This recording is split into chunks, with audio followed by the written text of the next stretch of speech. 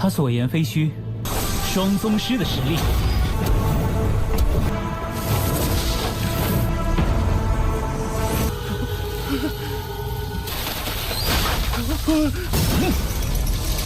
既能看破我的空间灵宝，大哥可是炼气宗师，我就破个例。与其他人没什么关系。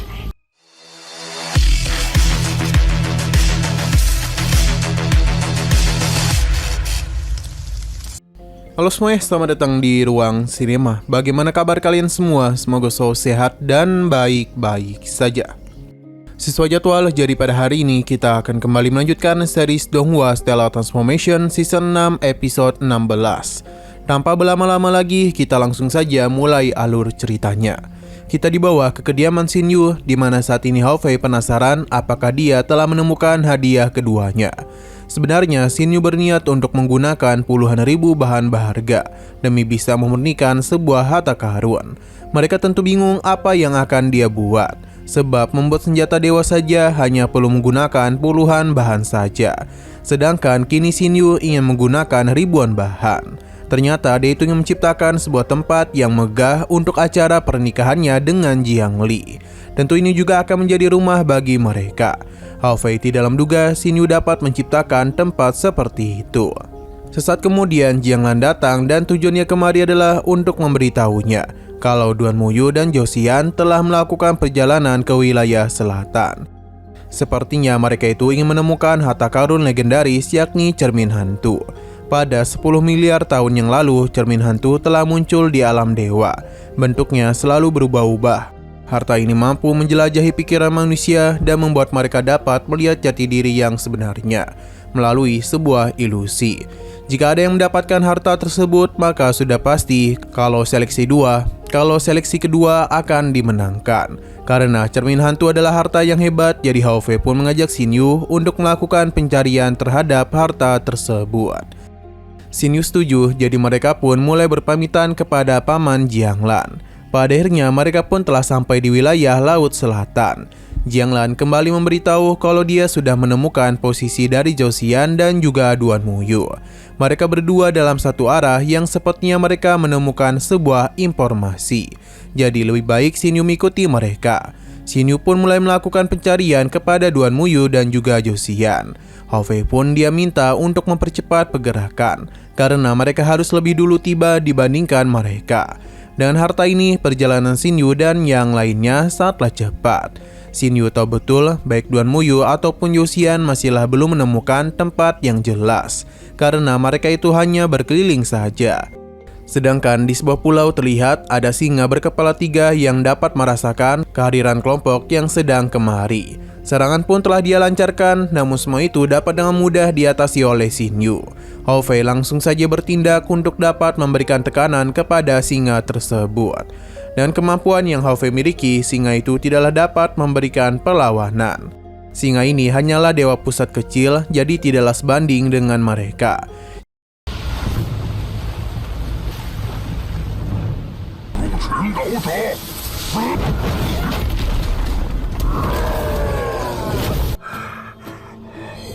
Xin Yu lalu bertanya kepadanya mengenai cermin hantu. Hanya saja singa itu tidaklah tahu apa-apa mengenai cermin hantu. Seberapa keras pun Hao Fei memaksanya untuk berbicara, tapi singa tersebut memang tidak tahu apa-apa. Ia pun menyarankan mereka untuk menemui pemilik pulau hutan bambu, karena seharusnya dia tahu mengenai informasi tersebut. Singa ini tidaklah berbohong karena semua pulau yang ada di sini hanya dimiliki oleh Pulau Julin saja. Jika ia tidak tahu mengenai pulau itu, maka seluruh orang di Pulau Nanya tidak ada yang mengetahuinya. Xin Yu paham dan berharap agar singa itu dapat memberitahu mereka di manakah Pulau Bambu berada. Singa tersebut tidaklah mempermasalahkan hal itu dan mengeluarkan bola cahaya yang akan memandu mereka menemukan pulau tersebut. Setelah mereka pergi, singa ini pun penasaran mengapa para dewa kuno datang kemari. Xin Yu bersama yang lainnya masihlah terus mengikuti bola cahaya. Namun mereka ini belumlah kunjung sampai, hingga pada akhirnya mereka malah bertemu dengan kelompok Zhou Xian. Ia terlihat kesal karena telah kehilangan Duan Muyu. Zhou Xian yakin kalau Pulau Bambu pasti berada di dekat sini. Hanya saja kedua bawahnya itu sudah menggunakan alat ajaib. tapi tidak kunjung menemukan letak pulau tersebut. Sesaat kemudian Xin Yu pun datang yang membuat Josian terkejut. Ia mencoba basa-basi dan menanyakan tujuan Xin Yu kemari. Xin Yu langsung saja membahas cermin hantu dan lebih baik Josian tidak pura-pura bodoh di hadapannya. Xin Yu juga tahu kalau dia itu datang kemari karena mengikuti Duan Muyu, tapi dia itu malah kehilangan jejaknya. Josian membenarkan hal tersebut dan mengenai harta cermin hantu, semua orang berhak merebutkannya. Ia pun kembali meminta kedua bawahannya untuk memulai pencarian. Karena apapun yang terjadi, mereka harus menemukan hutan bambu. Mau tidak mau, kedua bawahannya pun mulai melakukan pencarian dengan cara yang cukup mengganggu. Xin Yu mengingatkan tindakan Josian karena pemilik pulau bambu adalah Raja Dewa. Josian tidaklah peduli karena bagaimanapun dirinya adalah cucu dari Dewa Surgawi Leviathan. Selain itu, ia juga mulai meremehkan Xin Yu yang hanya dewa dari alam bawah saja. Perkataannya pun membuat Hou Fei dan juga He Yu kesal. Serangan pun langsung saja mereka lakukan. Namun Josian ini memiliki sebuah harta yang dapat dengan mudah menahan serangan mereka. Hou Fei pun meminta agar Xin Yu memberikan hukuman kepadanya. Tapi Xin Yu tidaklah menyalahkan perkataan Josian karena ia memang berasal dari alam bawah. Namun untuk sampai kemari, ia tidaklah mengandalkan kekuatan orang lain. Saat jugalah Xin Yu pun mulai menggunakan area formasi tahap kedua untuk dapat melakukan pencarian kepada pulau bambu. Dengan kekuatannya itu, sangatlah mudah bagi Xin Yu menemukan tempat tersebut yang terlindung oleh sebuah formasi. Tanpa pikir panjang, Xin Yu pun segera melakukan penyerangan terhadap formasi tersebut. Josian tidaklah menduga kalau Xin Yu memiliki kekuatan seperti itu. 他所言非虚，双宗师的实力。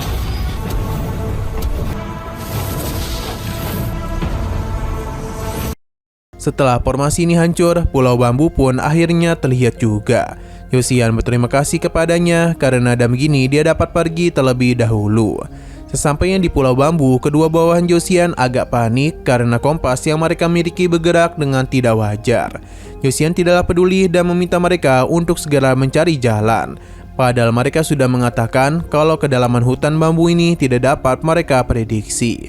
Josian langsung saja melakukan penyerangan kepada hutan bambu agar mereka dapat melakukan perjalanan dengan mudah. Sedangkan Xin Yu memilih untuk melihat situasi dulu karena dia merasa ada yang tidak beres. Dan sepertinya benar karena bambu-bambu ini pun telah tumbuh kembali yang membuat Josian dan bawahnya terkurung. Situasi dari tempat ini juga mulai berubah. Josian mencoba untuk kembali melancarkan serangan, tapi lagi dan lagi bambu-bambu ini kembali tumbuh. Kedua bawahan Josian menjadi sangat panik, sedangkan bagi Josian ini hanyalah sekedar bambu saja. Ia tidaklah perlu khawatir. Ia pun mulai mengeluarkan senjata petirnya untuk dapat menghancurkan bambu-bambu yang mengurung mereka. Hal ini memang berhasil, jadi kedua bawahannya pun memberikan pujian atas kehebatan tuan muda mereka. Josian pun menyombongkan kekuatan yang dia miliki, dan dengan rantai petir ini tidak ada yang dapat menghentikannya.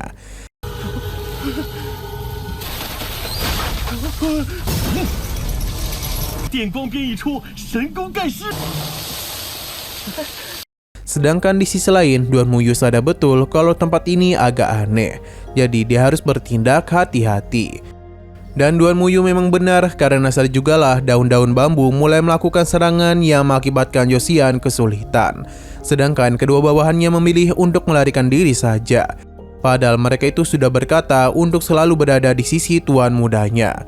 Josian meminta mereka untuk kembali ke sisinya, namun serangan dedaunan ini terlalu kuat, yang mengakibatkan kedua bawahan Josian pun harus terkena serangan. Sedangkan Josian sendiri juga mengalami kondisi yang tidak baik-baik saja.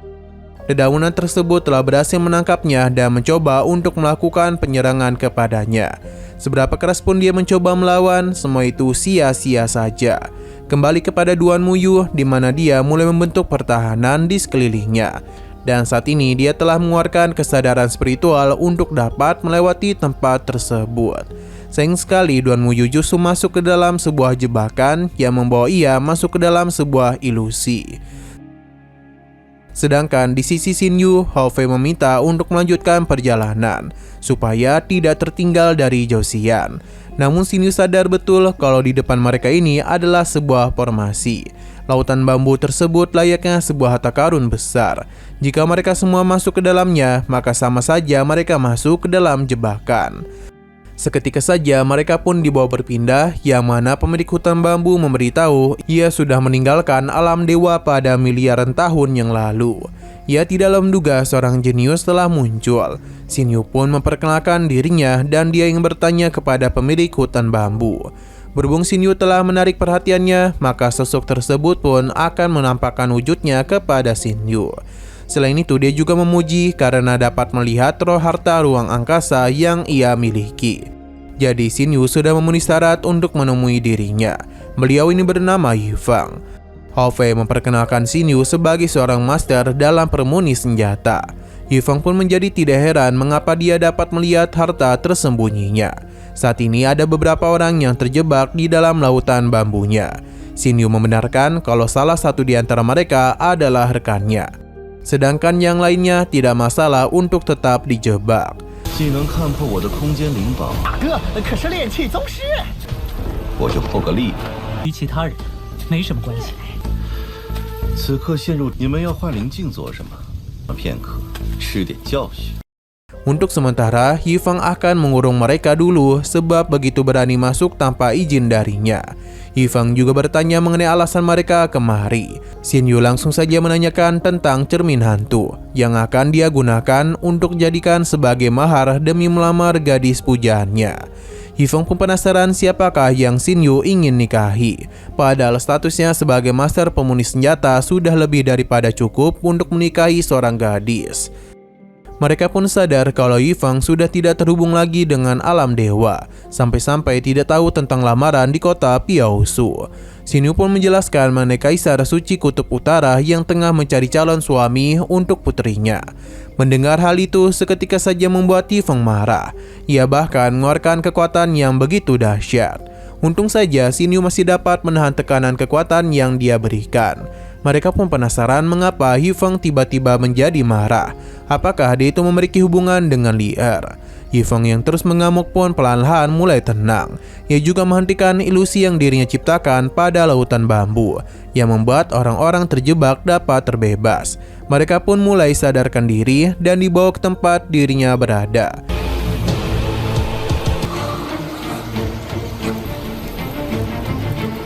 Duan Muyu pun memberikan salam kepada Xin Yu. Yifeng yakin mereka datang kemari juga ingin menemukan cermin hantu karena Jiang Li. Yosian memperkenalkan dirinya dan menyombongkan statusnya. Namun Yifeng tidaklah terlalu peduli. Sedangkan Duan Muyu menjelaskan mengenai ujian pertama yang berkaitan dengan Hong Meng Lingbao. Mendengar semua itu membuat Yifeng semakin kesal saja. Sepertinya hubungan dia dengan Kaisar Suci Kutub Utara tidaklah baik-baik saja. Selain itu dia ini agak tertarik kepada Zhou, sebab dia itu memiliki sebuah dendam kepada ayahnya. Walaupun begitu dia tidak ingin melibatkannya dalam dendam tersebut. Sedangkan untuk Duan Muyu, Yifeng tahu kalau dia ini adalah pria yang setia. Lantas mengapa dia malah ikut dalam acara pertunangan tersebut? Tujuan Duan Muyu bukanlah menikahi Jiang Li, namun berkeinginan untuk menjadi lebih kuat. Yifeng lalu bertanya apakah tujuan Xin Yu sama seperti Duan Muyu, yang tentu saja tidak karena dia memiliki cinta yang tulus kepada Jiang Li. Yifeng pun mulai tertawa dan menjelaskan kepada mereka kalau untuk mendapatkan cermin hantu mereka harus mengalahkan alam hantu terlebih dahulu. Karena dan gitulah mereka baru dapat menjadi tuannya. Ia pun mempersilahkan mereka untuk dapat menemukan cermin hantu tersebut.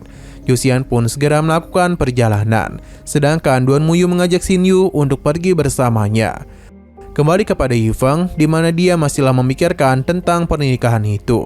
Ia yakin kalau Ah Mei ingin menggunakan cermin hantu untuk melihat siapa yang tulus pada Jiang Li. Yifeng pun terus minum agar dirinya dapat tenang. 灵镜就在附近海底深处。秦宇兄，我们也去吧。姑娘，庆山也要成亲，就借这幻灵镜瞧瞧。 Sedangkan Duan Muyu penasaran siapakah pemilik hutan bambu sebenarnya. Setelah tahu dia bernama Yifeng, seketika saja membuat Duan Muyu terkejut. Pasalnya, dalam perang besar, Yifeng bersama saudaranya adalah pengikut dari dewa kehidupan. Kala itu, Yifeng merupakan dewa yang paling tampan. Jadi, dia ini cukup percaya diri untuk datang menemui Ah Mei dan melindunginya. Namun, saudaranya mengingatkan kalau 8 dewa besar telah mengarahkan pandangan mereka pada Ah Mei. Jadi, mereka tidaklah boleh ceroboh. Walaupun begitu, Yifeng tetap percaya karena 8 dewa besar pasti tengah fokus dalam peperangan. Jadi mereka ini tidaklah perlu takut. Sampai akhirnya ayah dari Josian pun muncul untuk menyerang mereka. Beruntungnya saudara Yifeng dapat menyelamatkannya dan meminta ia untuk segera memberikan pertolongan kepada Ah Mei. Perjalanan pun mulai dilakukan di mana dia pun melihat kalau Ah Mei tengah berhadapan dengan para raja dewa lainnya. Yifeng yang datang di waktu yang tepat segera menggunakan kekuatannya untuk melindungi Ah Mei. Ia pun memintanya untuk pergi dari sana agar dia dapat melakukan penyerangan kepada Raja Dewa. Namun sayang sekali dalam pertarungan tersebut, Raja Dewa Kehidupan dan saudaranya harus kalah dalam peperangan antara dewa. Dan sejak saat itu jugalah tidak ada yang tahu di mana Yifeng berada. Yifeng yang tampan pun kini terlihat begitu kesepian. Berhubung tempat ini sangat luas, jadi Duan Muyu pun akan berpisah dengannya. Xin Yu paham dan dia juga akan mulai melakukan pencarian. 只可惜，生命神王再无人知晓一封神王的下落。秦宇兄， Oke, sekian dulu pada video kali ini. Untuk video selanjutnya akan segera hadir. Jadi bagi kalian yang ingin mengikuti series ini, langsung saja klik subscribe dan aktifkan loncengnya.